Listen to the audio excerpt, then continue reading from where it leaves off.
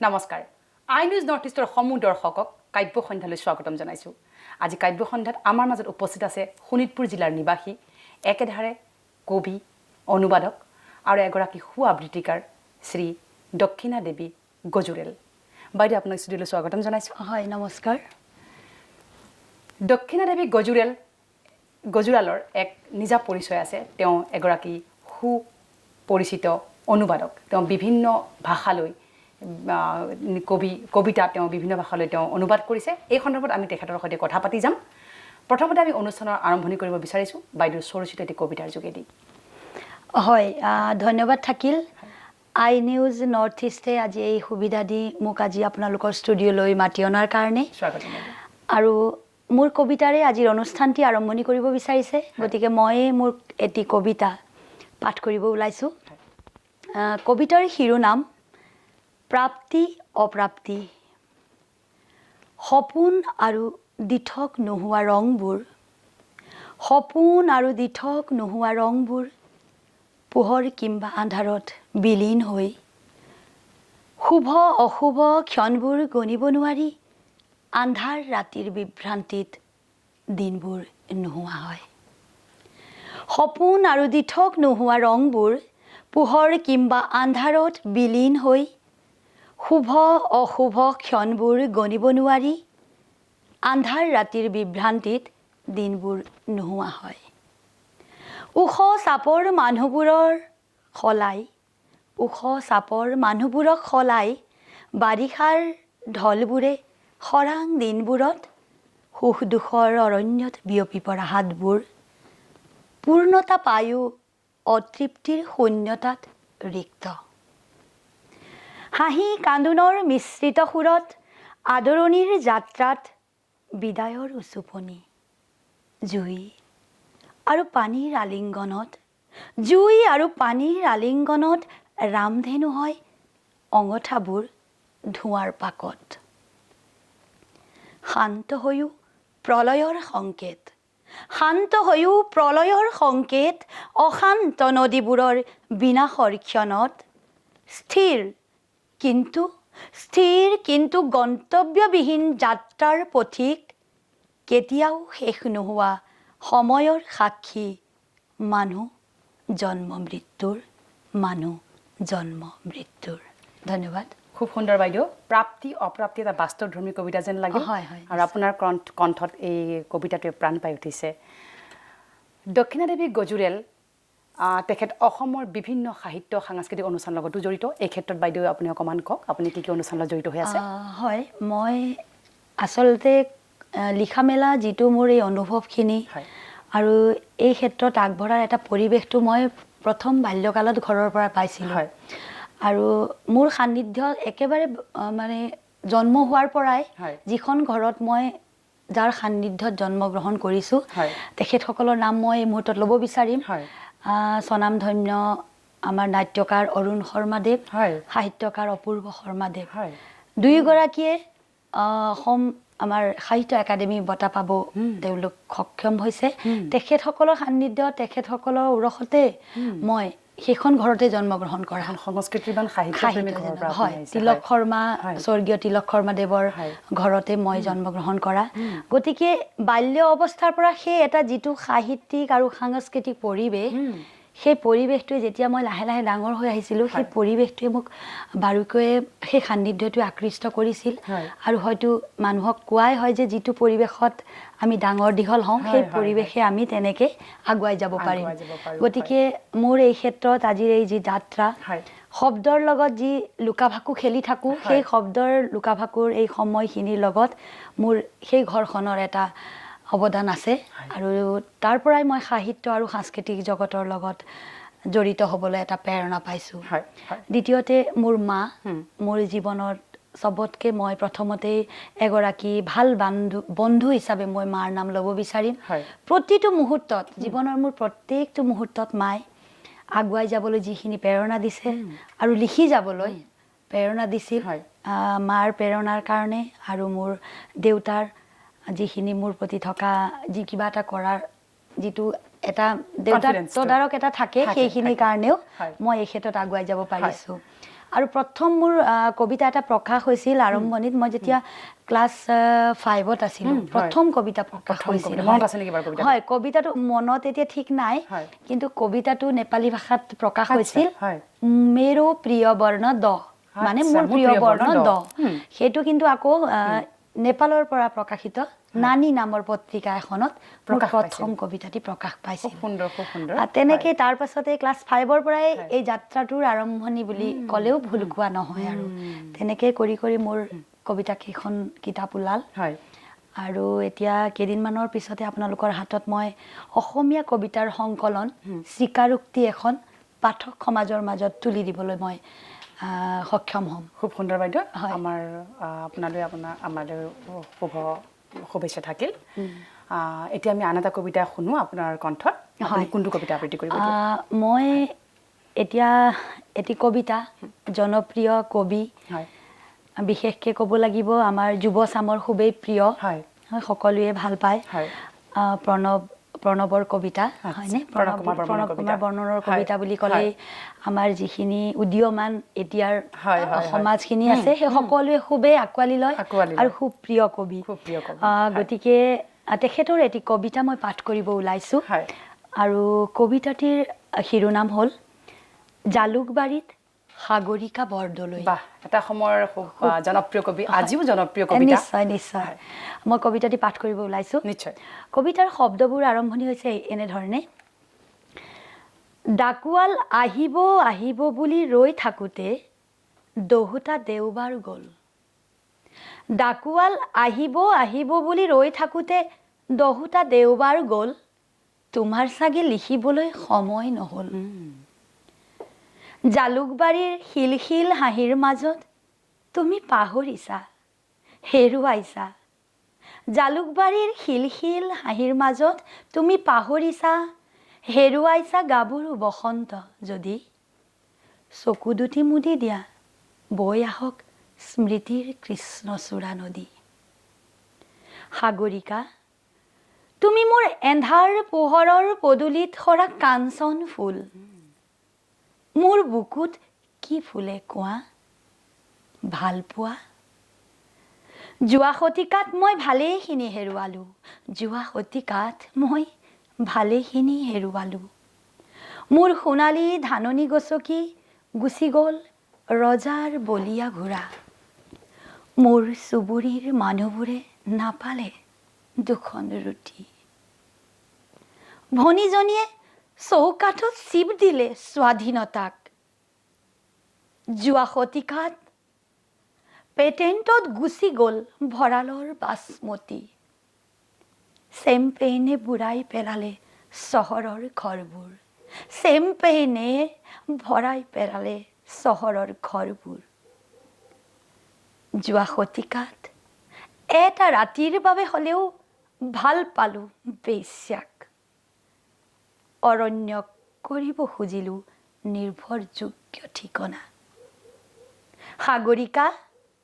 কলমেৰে বোৱাই আনো মোৰ তেজৰ হেঁপাহ সাগৰিকা কলমেৰে বোৱাই আনো মোৰ তেজৰ হেঁপাহ মোৰ হেঁপাহ বিদ্ৰোহৰ ৰক্ত জবা এপাহ এলিয়ট মোতকৈ শতিকা জুৰি ডাঙৰ সেয়ে তেওঁ নেদেখিলে বিশ্বযুদ্ধ পৰিৱৰ্তন বহুতো দুৰ্ঘটনা তেজৰ পোহৰত কোনে লিখিব প্ৰেমৰ কবিতা বন্দুক টোৱাই ঘোষণা কৰা কিমান সহজ হিংসা নহয় অহিংসা আকৌ আকৌ তেলেংগানা হওক আকৌ পেট্ৰাগেড হওক প্ৰাগজ্যোতিষৰ এন্ধাৰত উন্মাদ চাৰুহ মোৰ ভাল নালাগে ভাল নালাগে ভাল নালাগে লাচিত পাৰ্কৰ প্ৰেয়সীৰ সোপাৰ কপৌ তোমাৰ দুচকুত সাগৰিকা বিদ্ৰোহৰ ৰঙা ঢৌ তুমি চিঠি লিখি পেলোৱা সাগৰিকা তুমি চিঠি লিখি পেলোৱা সাগৰিকা মই আৰু ৰৈ থাকিব নোৱাৰোঁ মই আৰু ৰৈ থাকিব নোৱাৰোঁ যি কম দুহাত ভাঙি কম যি কম দুহাত ভাঙি কম চিঞৰি চিঞৰি কম যি কম দুহাত ভাঙি কম চিঞৰি চিঞৰি কম আমাৰ তেজত তুৰি আছে তৃতীয় পৃথিৱীৰ লাল পতাকা অহাটো দেওবাৰলৈ মই বাট চাই ৰম অহাটো দেওবাৰলৈ মই বাট চাই ৰম ডাকুৱালে লৈ আনিব তোমাৰ চিঠি তোমাৰ ঠিকনা সাগৰিকা তোমাৰ ঠিকনা ধন্যবাদ খুব সুন্দৰ বাইদেউ খুব সুন্দৰ কবিতাটোৱে আপোনাৰ কণ্ঠত সঁচাকৈ প্ৰাণ পাই উঠিছে এটা বৈপ্লৱিক সত্তাৰে লিখা এটা প্ৰেমৰ কবিতা হয় হয় এইবোৰ কবিতা পঢ়িলে সঁচাকৈ আগৰ তাহানিৰ সেই প্ৰেম বৈপ্লৱ সকলো চকুৰ আগলৈ ভাহি আহে বাইদেউ আপুনি অনুবাদ সাহিত্যৰ লগত খুব জড়িত আৰু আপুনি অনুবাদ সাহিত্যৰ যোগেদি এটা পৰিচয় গঢ়িবলৈ সক্ষম হৈছে এই ক্ষেত্ৰত আপুনি অকণমান কওক ভৱিষ্যতে আপোনাৰ কি পৰিকল্পনা আছে আৰু আপুনি কি কৰিলে ইতিমধ্যে নিশ্চয় মই অনুবাদ সাহিত্যটো ধৰক অনুবাদটো এনেকুৱা এটা মাধ্যম অনুবাদৰ জৰিয়তে আমি যিকোনো সাহিত্যত আমাৰ যিখিনি সাহিত্যৰ ভঁৰাল এটা ভাষাৰ পৰা আন এটা ভাষালৈ আমি অনুবাদ কৰিলে সেই সাহিত্যৰ ভঁৰালখিনি চহকী কৰিব পাৰোঁ আৰু অনুবাদ আমি দুই ধৰণে কৰিব পাৰোঁ ধৰক বিষয়বস্তুটোৰ আমি শব্দৰ আক্ষৰিক অনুবাদ কৰিব পাৰোঁ আৰু কেতিয়াবা আমি ধৰক ভাৱানুবাদ বস্তুটো বিষয়বস্তু আমি পঢ়ি ল'লোঁ তাৰ মূল ভাৱখিনি আমি লিখকৰ কিন্তু অনুমতি লাগিব তাৰ পৰা আমি ভাৱানুবাদ কৰিব পাৰোঁ গতিকে এই ক্ষেত্ৰটোত মই ভাবিলোঁ অনুবাদৰ ক্ষেত্ৰত যিহেতু বহুতখিনি মই যিহেতু এগৰাকী নেপালী সম্প্ৰদায়ৰ পৰা প্ৰতিনিধিত্ব কৰি আছোঁ যিহেতু অসমত জন্মগ্ৰহণ কৰিছোঁ মই হাড়ে হিমজুৱে প্ৰথমতে অসমীয়া হয় গতিকে মই এই যিটো মোৰ মাতৃভাষা নেপালী যিহেতু মই লিখিব পৰা হ'লোঁ গতিকে মই ভাবিলোঁ নেপালীৰ বিভিন্ন সাহিত্যৰ যিখিনি চহকী কৰি থোৱা ভঁৰাল আছে সেইখিনিক মই যাতে অসমীয়া সাহিত্যৰ ভঁৰাললৈ যোগান ধৰিব পাৰোঁ এই ইচ্ছাই মনত পুহি মই অনুবাদৰ ক্ষেত্ৰত আগবাঢ়ি গ'লোঁ আৰু প্ৰথমতেই মই কৃষ্ণ পৰচাইৰ অনুবাদৰ প্ৰথমটো মই ঘামকো বৰ্ষা সেই নেপালী ধ্যান কবিতা সেইটো সেই ধ্যান কবিতাৰ পুথিখনক মই অসমীয়াত অনুবাদ কৰিলোঁ ঘামকো বৰ্ষা ৰ'দৰ বৰষুণ শব্দটোৱে শুনিলে খুব ভাল লাগে ৰ'দৰ বৰষুণ আৰু খুবেই সমাদৰ পালোঁ কিতাপখনৰ জৰিয়তে আৰু এই কিতাপখনৰ জৰিয়তে মোৰ পৰিচয়টো অনুবাদ সাহিত্যলৈ নেপালী কবিতা কিবা মনত আছে নেকি আপোনাৰ নেপালী কবিতা হয় ঘামকো বৰ্ষাৰ হ'লেও হ'ব ঘামকো বৰ্ষাৰ হ'লে কিন্তু ধৰক এতিয়া তেনেকুৱা কবিতা নেপালীৰ মাজত চাব গ'লে আছে কিন্তু মই এতিয়া পটককৈ আপোনালোকক নেপালী কবিতা তেনেকৈ ক'ব নোৱাৰোঁ অনুবাদ কবিতা মই বহুতখিনি কৰিছোঁ ধৰক আমাৰ নীলিম কুমাৰ তেখেতৰো নীলিম কুমাৰ দেৱৰ কবিতাও নৰকাসুৰ কবিতাটো মই অসমীয়াত অনুবাদ কৰিছোঁ ডক্টৰ বিনীতা দেৱ চৌধুৰী বাইদেউৰ কবিতাও মই কৰিছোঁ তেনেধৰণে মই এতিয়া আমাৰ মোৰ দেশ হীৰেণ ভট্টাচাৰ্যৰ কবিতা সকলোৰে প্ৰাণৰ অতিকে আপোন হিৰুদাৰ কবিতা সেই কবিতাও মই মাজতে অনুবাদ কৰি ফেচবুকৰ জৰিয়তে ছ'চিয়েল মিডিয়াৰ জৰিয়তে মই প্ৰকাশ কৰিছিলোঁ নেপালী কৰিছিলোঁ হয় তাৰপাছত হেম বৰুৱাৰ মমতাৰ চিঠি এই কবিতাও মই নেপালীত কৰিছোঁ আৰু আপুনি মানে ভাল কবিতা নিৰ্বাচিত কবিতাই আপুনি অনুবাদ কৰিছোঁ হয় আৰু অনাগত দিনত আহি থকা দিনকেইটাত মই এখন ডকুমেণ্টাৰী উপন্যাস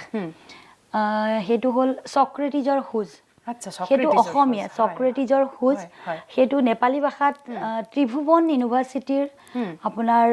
ইংৰাজী ডিপাৰ্টমেণ্টৰ হেড অফ দ্য ডিপাৰ্টমেণ্ট আছিল ৰিটায়াৰ হ'ল ডক্টৰ গোবিন্দৰাজ ভট্টৰায় তেখেতৰ এইখন কিতাপ মই ডকুমেণ্টাৰী উপন্যাস হয়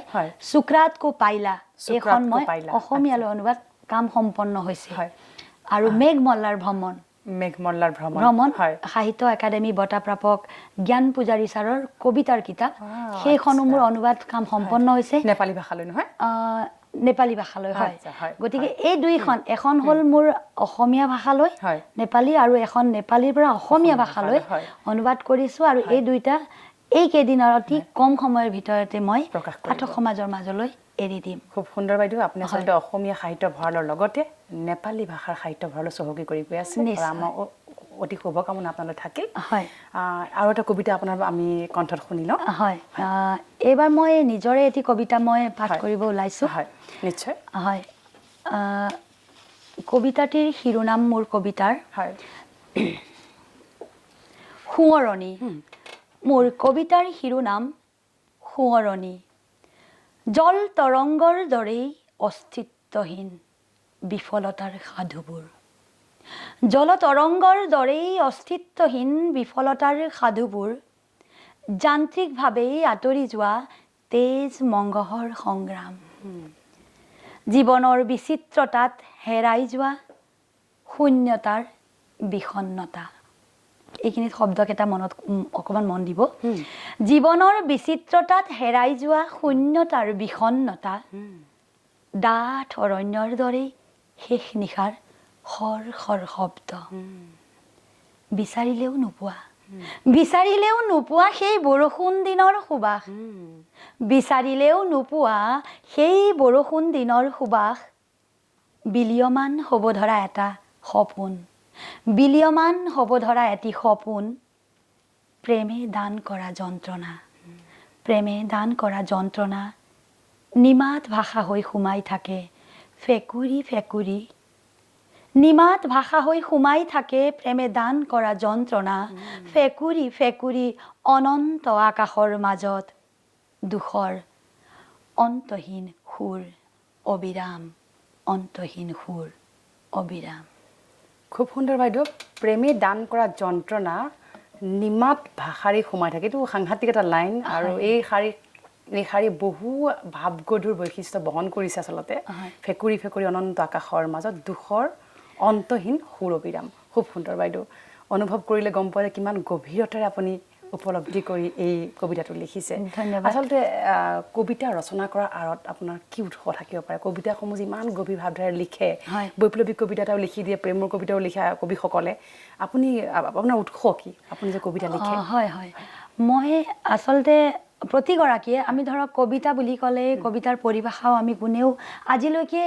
দি শেষ কৰিব পৰা নাই, বা কবিতা কি, তাৰ সংজ্ঞা কি, সেই বিষয়ে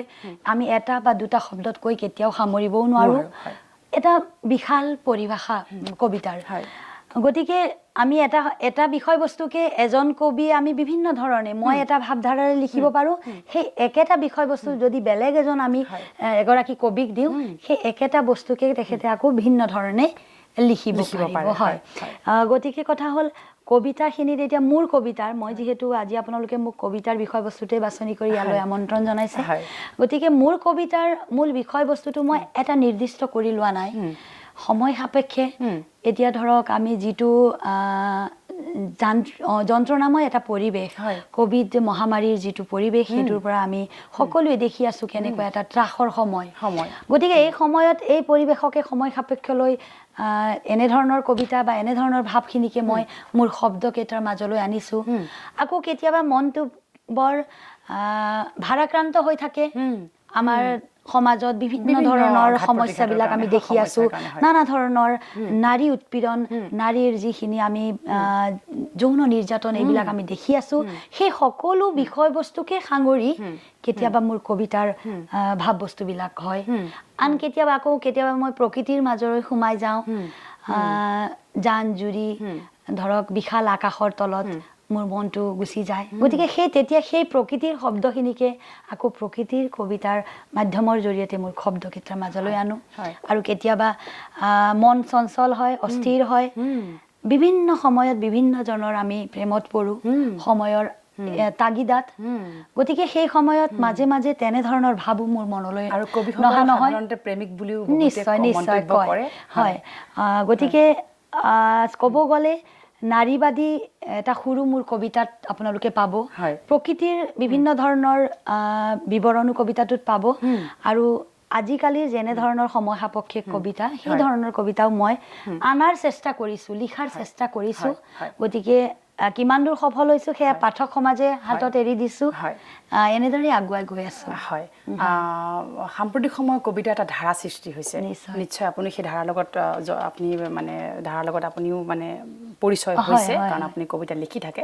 তেনে কোনো কবিতা আপোনাৰ আছে নেকি সাম্প্ৰতিক সময়ত, যিবোৰ সৰু সৰু কবিতাই বহুত বহল ভাৱ প্ৰকাশ কৰে? তেনে কবিতা এটা আপোনাৰ শুনিব বিচাৰিম আমি। হয়, আজিকালি ধৰক এতিয়া বিভিন্ন ধৰণৰ কবিতাক, এটা দীঘলীয়া কবিতাকো যদি আমি এগৰাকী কবিক দিওঁ, হয়তো 4টা বা 5টা শব্দটো সেই কবিতাটোক সাঙুৰি দিব পাৰিব গতিকে কবিতা এনে নহয় যে মই দীঘলকে ভাৱটোক প্ৰকাশ কৰিম তেতিয়াহে মোৰ কবিতাটো হ'ব তেনেকুৱাটো নিশ্চয় নহয় গতিকে আমি এটাই অনুমান কৰিব লাগিব ধৰক কবিতাটোৰ কি ক'ব বিচাৰিছে কবিতাটোৰ জৰিয়তে আমি তাত বিম্বটো আমি প্ৰয়োগ কৰোঁ এই কবিতা এটাত অলংকাৰ প্ৰয়োগ কৰোঁ বিভিন্ন ধৰণৰ চিত্ৰকল্প আমি কবিতাত প্ৰয়োগ কৰোঁ অকল সেইবিলাক প্ৰয়োগ কৰিলেই নহয় কবিতাটোৱে এটা আমাক কি বাৰ্তা দিব বিচাৰিছে কবিতাটোৰ জৰিয়তে আমি এটা বাৰ্তা দিব পাৰিছোনে নাই কিমান কবিগৰাকী সফল হৈছে সেই কথাটোত আমি সকলোৱে মূল্যাংকন কৰাটো অত্যন্ত জৰুৰী আৰু আজিকালি চাওক আপোনালোকে আপুনি দেখা পাব ছ'চিয়েল মিডিয়াত বিভিন্ন ধৰণৰ এটা নতুন আয়াম এটা নতুন ভাৱধাৰাৰ কবিতাবিলাকৰ সৃষ্টি হৈছে এতিয়া কিছুমানক আপুনি চাব জ্যামিত্ৰিকৰ ৰম্বাস আকাৰত শব্দবিলাকক গাঁঠি দিছে আৰু তাক নাম এটা দি দিছে ৰম্বাস কবিতা বুলি কবিতাটো আপোনাক দেখিব ওপৰৰ পৰা তললৈকে প্ৰথমতে এটা শব্দ তাৰপিছত দুটা শব্দ তাৰপিছত তিনিটা শব্দ ক্ৰমান্বয়ে বাঢ়ি আহি আকৌ শেষত এটা দুটা কৰি এটা ৰম্বাসৰ আকৃতি লয়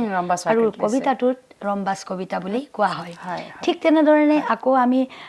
বিম্ববিলাক প্ৰয়োগ কৰি আৰু বৰ্ণ পিৰামিড এইটো এটা নতুন ধাৰা আহিছে বৰ্ণ পিৰামিড কবিতাৰ ঠিক ধাৰাও নহয় এটা মুঠ সলাইছে কবিতাই গতিকে বৰ্ণ পিৰামিড অৰ্থাৎ পিৰামিডৰ দৰেই কবিতাক শৃংখলটো সজোৱা হয় গতিকে তাক নাম দি দিলে বৰ্ণ পিৰামিড আৰু এনেকে কৰিলে ধৰক এঘেমীয়া নহয় কবিতাখিনি দেখিলেও আকৰ্ষণ এটা আহি যায়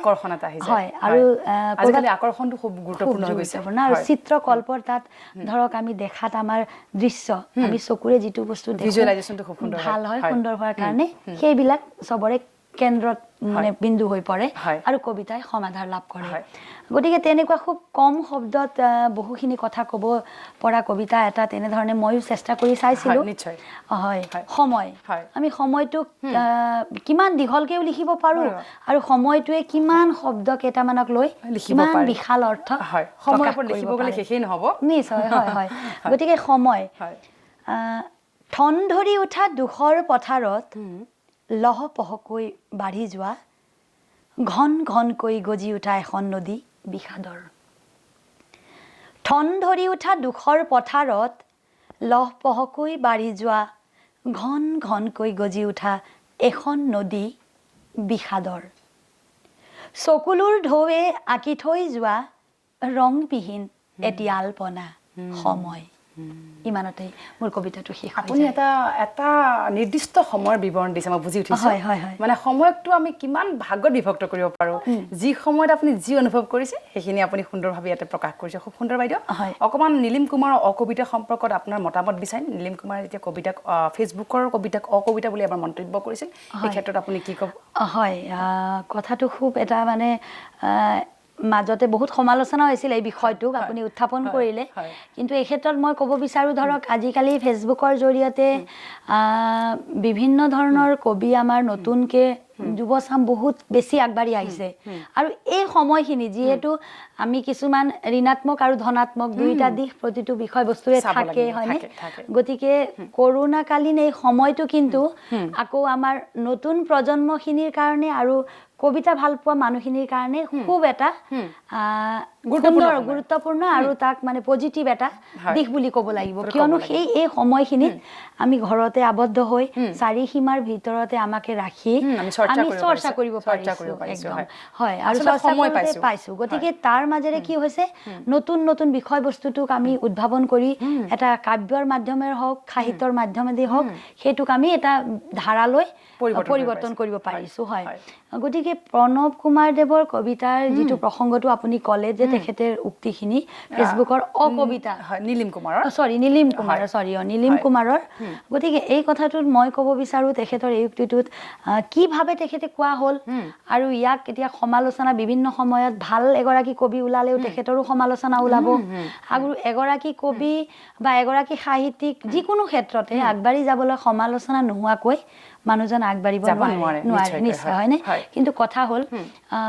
এইটো এটা ভিত্তিহীন কথা নিচিনা মোক লাগে কিয়নো মই অথনিও ক'লোঁ কবি এগৰাকীৰ ভাৱ এগৰাকী উদীয়মান নবীন হওক বা প্ৰবীণ হওক এটা বিষয়বস্তুক তেখেতে কি ধৰণে অধ্যয়ন কৰিছে আৰু কবিতাটোৰ মাজলৈ তেওঁ কেনেকৈ সোমাই গৈছে আৰু কেনেকৈ প্ৰকাশ কৰিছে সেইটো গুৰুত্বপূৰ্ণ হ'ব গতিকে আমি এজনৰ কবিতাক আমি যদি খুব উন্নত মানৰ কবি বুলি ক'ব পাৰোঁ আন এজনক আমি কবিতাই নহয় বা অকবিতা বুলি কোৱাটো ভিত্তিহীন বুলি মই ভাবোঁ কথাটো ধন্যবাদ বাইদেউ প্ৰিয় দৰ্শক আমি অনুষ্ঠানৰ সামৰণিৰ ফালে আহিছোঁ দক্ষিণা দেৱী বাইদেউৰ সুন্দৰ কণ্ঠত সুন্দৰ কবিতাসমূহে প্ৰাণ পাই উঠিছে নিশ্চয় আপোনালোকে উপভোগ কৰিছে আমি বাইদেউৰ শেষ কবিতাটো গোৱাৰ আগতে আৰু শেষ কবিতাটো গোৱাৰ পিছত আমি দুআষাৰ আৰু কথা পাতিম তাৰপিছত আমি অনুষ্ঠানৰ সামৰণি মাৰিম বাইদেউ আপোনাৰ শেষ কবিতাটো আমি শুনিব বিচাৰিছোঁ ৰাম গগৈৰ পথাৰ হয় হয় ৰাম গগৈৰ পথাৰ মোৰ খুব প্ৰিয় এটি কবিতা হয় আৰু মই এই কবিতাটো কিন্তু আজি মই ইয়ালৈ লৈ নাহিলোঁ কিন্তু এই পথাৰ কবিতাও মই নেপালীলৈ অনুবাদ কৰিছোঁ আপোনালোকে খুব সোনকালেও এই কবিতাটো নেপালীটো পাব গতিকে আমাৰ অসমীয়া ইমান একোগৰাকী ইমান ভাল ভাল কবি যথেষ্ট অগ্ৰজ যিসকল কবি আছিল তেখেতসকলৰ এই কবিতাখিনিক মই নেপালী ভাষাত অনুবাদ কৰি ধৰক নেপাল দাৰ্জিলিং ছিকিম আমাৰ যিমানখিনি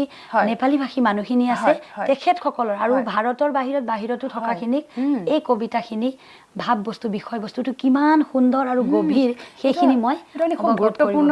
খুব আচলতে আপোনাক পুৰস্কাৰ কৰিবলৈ কাম এটা আপুনি কৰি আছে অসমীয়া সাহিত্যৰ বাবে সাংঘাতিক এইটো গৌৰৱৰ বিষয় যে আপুনি ইমান স্বনামধন্য কবিৰ কবিতাখিনি ইমান ভাৱগধুৰ কবিতাবোৰ আপুনি নেপালী ভাষালৈ আপুনি অনুবাদ কৰি আছে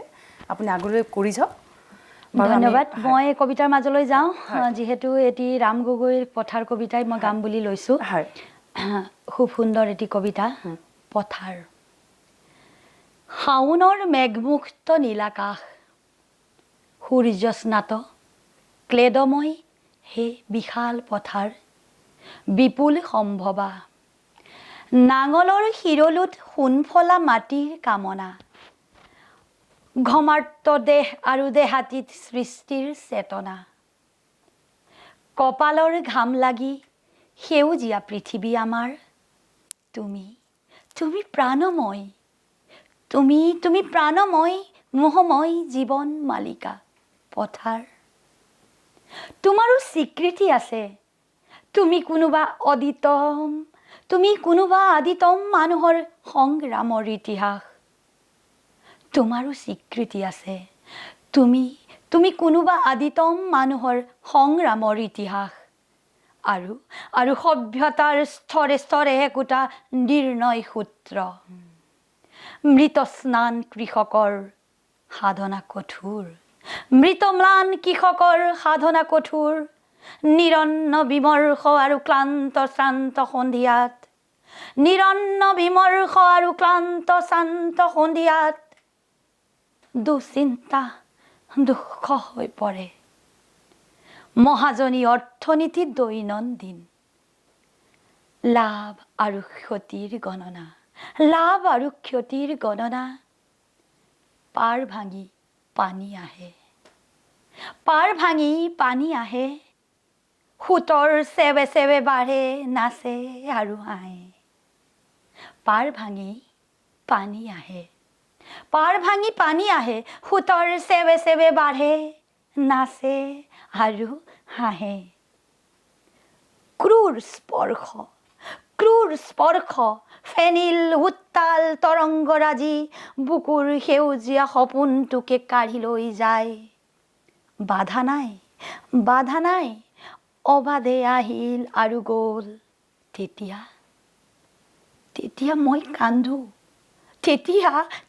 মই কান্দো সি আৰু পথাৰেও ইনাই বিনাই কান্দে মই কান্দো সি আৰু পথাৰেও ইনাই বিনাই কান্দে বিচিত্ৰ অভিব্যক্তি সন্মিলিত কৃষকৰ সমস্যৰ দৃঢ়কণ্ঠ বিননিত বিদ্ৰোহৰ জাগৰণ আহে অদ্ভুতই প্ৰভাতী চেতনা অগ্নিদীক্ষা দ্ৰুত অভিযান অবিৰাম অধিকাৰ সংগ্ৰামৰ পথাৰত শ্ৰমজীৱী মানুহৰ তেজ ৰঙা ইতিহাস সংগ্ৰামৰ পথাৰত শ্ৰমজীৱী মানুহৰ তেজ ৰঙা ইতিহাস লিখা হয় পৰিৱৰ্তন আৰু হাল কোৰ দালৈ নতুন যুগৰ অভিযাত্ৰী শ্ৰমিক কৃষক পলাতক উদ্ধস্ত মহাজন পুঁজিপতি সমস্ত শোষক হাল কোৰ দালৈ নতুন যুগৰ অভিযাত্ৰী শ্ৰমিক কৃষক পলাতক উদ্ধস্ত মহাজন পুঁজিপতি সমস্ত শোষক বানপানী পাৰ ভাঙি আৰু আহিব নোৱাৰে বানপানী পাৰ ভাঙি আৰু আহিব নোৱাৰে সেউজীয়া প্ৰাণৰ পথাৰ সেউজীয়া প্ৰাণৰ পথাৰ সোণালী ৰূপালী হয় বাকৰিত সোণগুটি লাগে নতুন আৰু নতুন সেই পথাৰ সেই সৃষ্টি সম্ভৱা বিপুল পথাৰ তোমাক নমস্কাৰ ধন্যবাদ ধন্যবাদ বাইদেউ প্ৰিয় দৰ্শক আপোনালোকে নিশ্চয় উপভোগ কৰিলে সুন্দৰ কণ্ঠত সুন্দৰ কবিতাখিনিয়ে প্ৰাণ পাই উঠিছে প্ৰিয় দৰ্শক আমি অনুষ্ঠান সামৰণি কৰিবলৈ হ'ল